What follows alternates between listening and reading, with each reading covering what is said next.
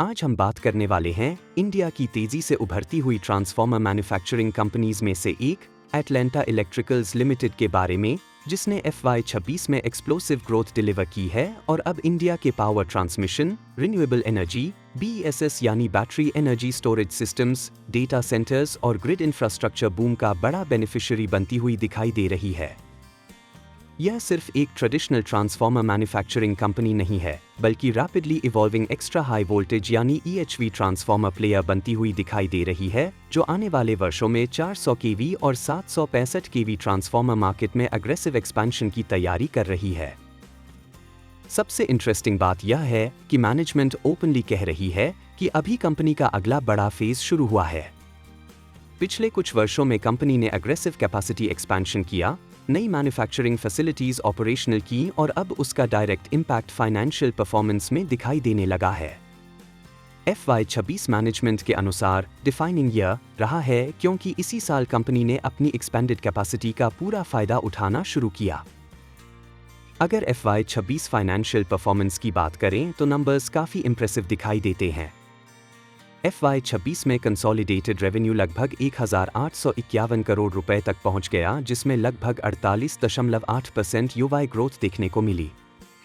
EBITDA लगभग 344 करोड़ रुपए रहा और EBITDA मार्जिन लगभग 18.6% तक इंप्रूव हुआ। सबसे बड़ी बात यह रही कि पैट लगभग 70% ग्रो होकर 201 करोड़ रुपए तक पहुंच गया। सिर्फ Q4 FY26 में ही कंपनी ने लगभग 748 करोड़ रुपए रेवेन्यू और लगभग 20% EBITDA मार्जिन डिलीवर किया, जो कंपनी का हाईएस्ट एवर क्वार्टरली परफॉर्मेंस रहा। अब सवाल आता है कि आखिर एटलांटा इलेक्ट्रिकल्स करती क्या है। सिंपल लैंग्वेज में समझें तो company power transformers, auto transformers, inverter duty transformers, furnace transformers और स्पेशल ड्यूटी ट्रांसफॉर्मर्स मैन्युफैक्चर करती है। कंपनी का ट्रांसफॉर्मर रेंज 5 MVA 11 kV से लेकर 500 MVA 765 kV तक जाता है। यानी कंपनी धीरे धीरे ultra high voltage transformer ecosystem में अपनी प्रेजेंस बिल्ड कर रही है। Company utilities, renewable energy projects, industrial facilities, commercial buildings और ट्रांसमिशन इंफ्रास्ट्रक्चर प्रोजेक्ट्स के लिए ट्रांसफॉर्मर्स सप्लाई करती है।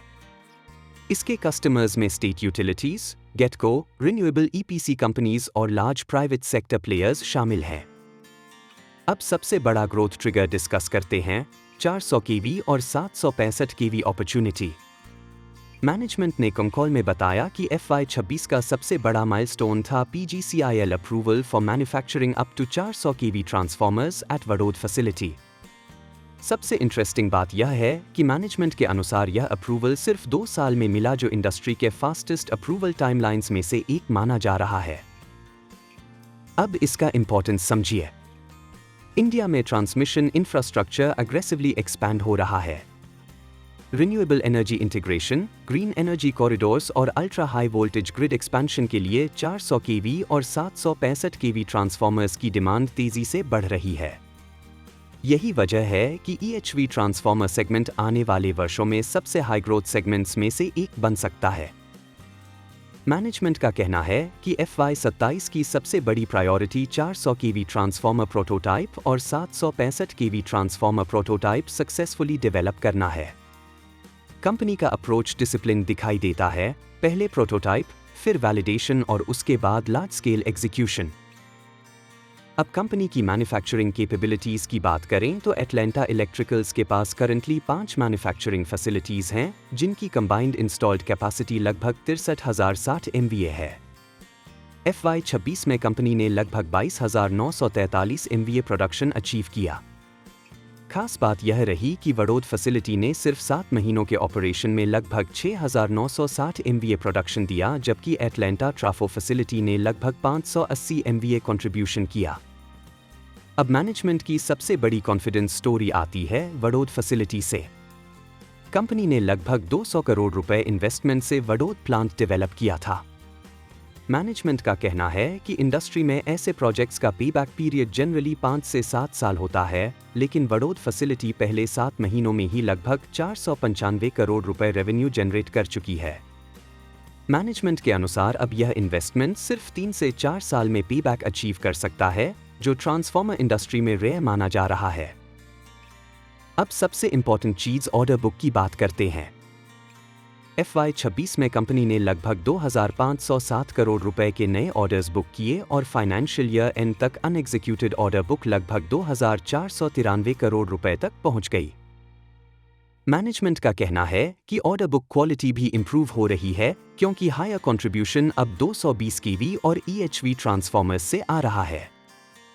अगर ऑर्डर मिक्स देखें तो लगभग 81% revenue transmission and distribution sector से आया, जबकि रिन्यूएबल सोलर, रिन्यूएबल वाइंड और हाइब्रिड रिन्यूएबल प्रोजेक्ट्स का कंट्रीब्यूशन भी तेजी से बढ़ रहा है।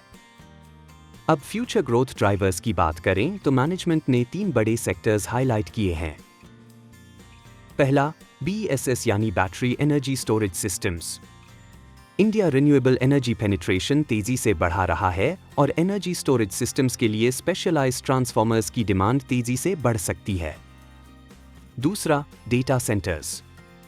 AI अडॉप्शन और क्लाउड इंफ्रास्ट्रक्चर बूम की वजह से इंडिया में डेटा सेंटर इन्वेस्टमेंट्स तेजी से बढ़ रहे हैं और हर बड़े डेटा सेंटर प्रोजेक्ट को हेवी ट्रांसफॉर्मर इंफ्रास्ट्रक्चर की जरूरत होती है।